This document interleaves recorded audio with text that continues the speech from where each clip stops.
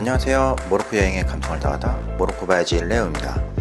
지난 시간에는 어디에서도 알려주지 않는 에사우이라에서 경험할 수 있는 특별한 체험과 에사우이라의 여행 동선에 대해서 이야기를 해봤습니다.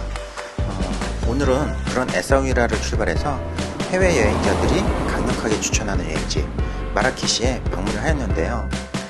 마라케시의 대표적인 관광지를 함께 돌아보고 이 도시의 매력을 찾아보는 시간을 가지도록 하겠습니다. 그러면 모로코 그들의 세상 속으로 함께 들어가 보시죠.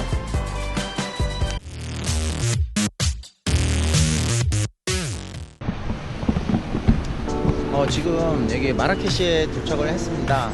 에사우에라에서 여기 넘어오는 길에 길이 너무 안 좋고 안개도 많이 껴있고 막 그래가지고 이동하는 모습은 찍진 않았어요.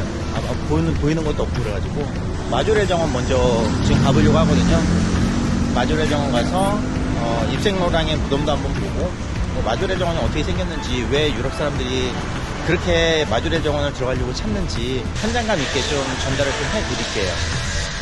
지금 옆에 보이는 거 마차들 보이는데요. 그러니까는 메디나까지 돌기가 힘든 분들 있잖아요. 시간이 짧아가지고 이제 그런 분들은 이제 마차를 타고 한 바퀴를 돌아보죠.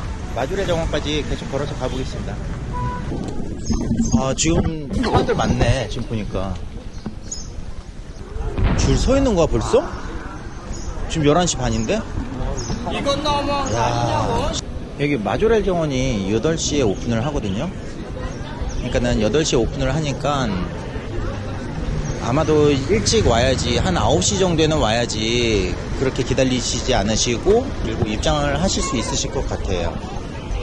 지금 근데 제가 지난번에 다른 데 블로그에서 봤었을 때는 통합 티켓이라는 게 있다고 하더라고요. 입생로랑 박물관까지 함께 들어갈 수 있는. 그러니까는 그런 경우에는 이제 바로 들어가실 수 있는 것 같아요. 지금 마조레 정원에 들어왔습니다. 마조레 정원에 입장하면 제일 먼저 다양한 식물과 대나무가 만들어주는 시원한 그늘을 발견하게 됩니다. 무덥고 소음에 지친 관광객에게 이곳은 마치 오아시스와 같은 역할을 해줍니다. 또한 그늘진 산책로를 걷다 보면 작은 연못이 보이고 물 위에는 수령과 연꽃이 가득 차 있는 모습을 보게 됩니다. 그리고 한쪽에는 천재 디자이너 입생 로랑이 잠들어 있는 무덤이 있고요. 그리고 코발트 블루 원색으로 시간겨져 있는 저택을 발견할 수 있게 됩니다. 그럼 먼저 입생 로랑의 무덤이 있는 곳으로 가보도록 하겠습니다. 마라케시를 방문하기 전엔 모든 것이 검은색이었다. 이 도시는 나에게 색을 가르쳐 주었다. 네, 입생 로랑은 알제리 오랑 태생으로 21살의 디올 수석 디자이너가 될 정도로 파격적이고 표현을 주저하지 않는 천재 디자이너였습니다. 1960년대 그가 처음으로 마라케시를 방문했을 때 그는 마라케시 색에 침체하게 됩니다. 마라케시는 입생 로랑에게 영감을 주는 도시가 되었고 그는 이곳에 여러 채 집을 구입하게 됩니다. 1980년대 마조레 정원 매입 당시에는 입생 로랑과 그의 영원한 동반자 피에르 베르제는 마조레 정원의 예전의 아름다웠던 모습을 돌려놓는 복원작업 계획을 세우게 됩니다. 현재 마조레 정원 앞의 도로는 이브생 로랑을 기르기 위해서 입생 로랑 도로로 지정되어 있습니다.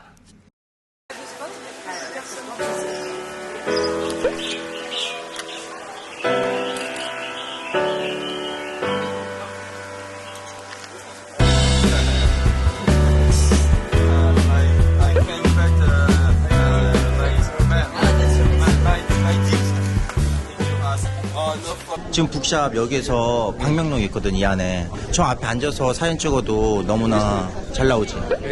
그리고 여기가 입생로랑 그 엽서인데 매년마다 사랑을 주제로 지인들한테 엽서를 줬었대. 지금 그래가지고 이 안에 엽서가 되어 있지.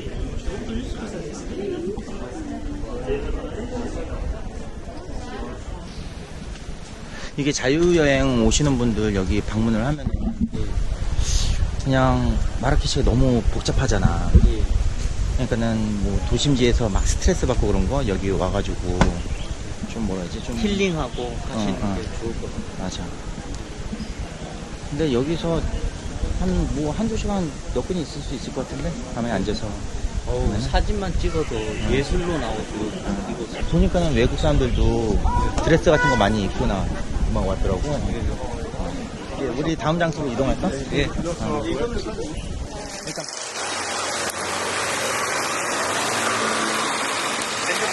이거 카드 다 조심하세요. 오토바이.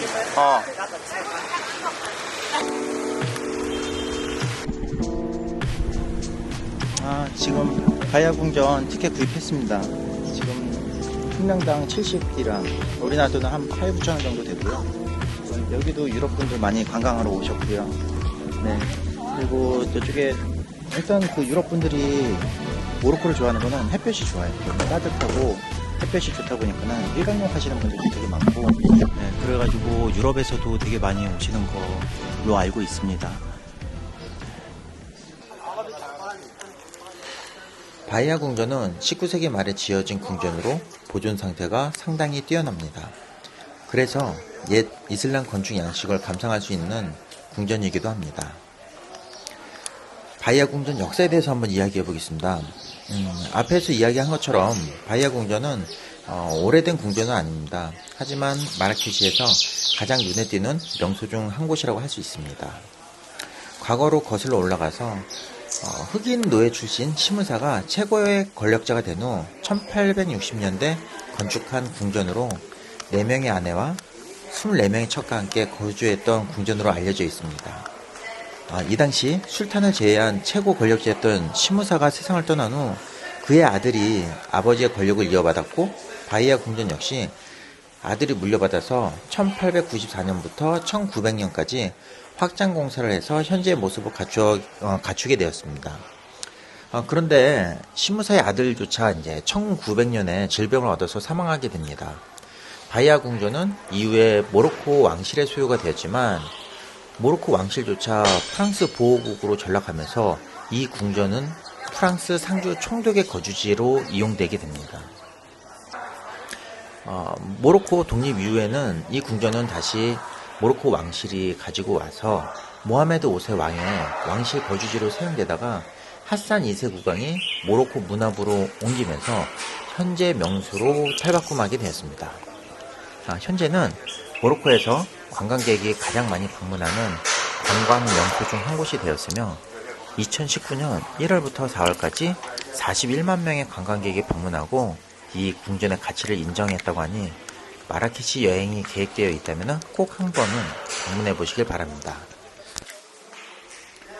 바이아 궁전 내부를 관광하다 보면은 이슬람 건축 양식을 확인할 수 있는데요. 우선은 바이아 궁전 내부 기둥들은 아랍어 비문과 무카라나스 양식으로 꾸며 놓았습니다. 무카라나스 양식이라고 하면은 모르시는 분들이 계실 수 있는데요. 3차원으로 장식을 한 것으로서 종유석이 가득한 그런 동굴을 연상시키는 장식입니다. 이 아름다운 천장을 보고 있으면은 고개가 아픈 줄도 모르고 감탄을 하며 계속 올려다보게 되어 있습니다. 그리고 바닥과 벽면은 젤리지, 타일 공예를 이용해서 장식을 하였습니다. 이슬람 타일 공예는 70가지가 넘는 모양을 규칙적으로 배열을 해서 그 큰 하나의 모양을 낸다고 하니 직접 보게 되면 금세 이해가 되고 감탄을 하게 됩니다. 마지막으로 바이아 궁전 장식 중 가장 유명한 요소는 화려한 꽃무늬, 아라베스크로 칠한 백향목 천장입니다. 이 천장은 장식용 이외에 기능적으로 더위를 줄여주기도 한다고 합니다. 이 모든 것을 직접 눈으로 확인하고 느낄 수 있는 곳이 바로 바이아 궁전입니다. 이상으로 마라케시에 도착을 해서 마조렐 정원을 봤고요. 그 다음에 바이아 궁전을 봤습니다. 오늘 영상은 여기까지 하고요. 다음 마라케시 2편에서 엘바디 궁전 그리고 가장 유명한 제말푸나 광장을 한번 영상으로 보시도록 하겠습니다. 지금까지 시청해 주셔서 감사합니다.